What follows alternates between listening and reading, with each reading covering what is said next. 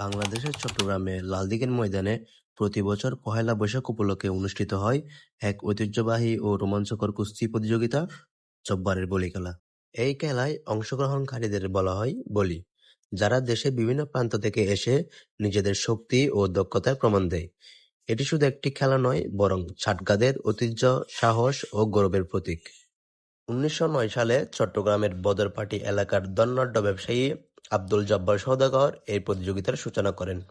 তার মূল উদ্দেশ্য ছিল তরুণদের শারীরিক শক্তি বৃদ্ধি করা এবং তাদের মধ্যে ঐক্য ও সাহস জাগিয়ে তোলা। এবং তার মৃত্যুর পর এই প্রতিযোগিতা জব্বারের বলী খেলা নামে পরিচিতি লাভ করে এবং সময়ের সাথে সাথে এটি একটি জনপ্রিয় ও ঐতিহ্যময় উৎসবে পরিণত হয়, যা বর্তমানে ১১৭তম আসর হিসেবে চলমান রয়েছে। এই খেলাকে কেন্দ্র করে লালদীঘি ময়দানের আশেপাশে প্রায় ৩ কিলোমিটার জুড়ে বসে বিশাল বৈশাখী মেলা, যেখানে হাজার হাজার মানুষের ভিড় জমায় এবং উপভোগ করে এই অসাধারণ পরিবেশ। আজও জব্বারের বলী খেলা চট্টগ্রামের সংস্কৃতি ও ইতিহাসের এক উজ্জ্বল নিদর্শন, যা প্রজন্মের পর প্রজন্ম ধরে বাঙালির ঐতিহ্যকে বাঁচিয়ে রেখেছে।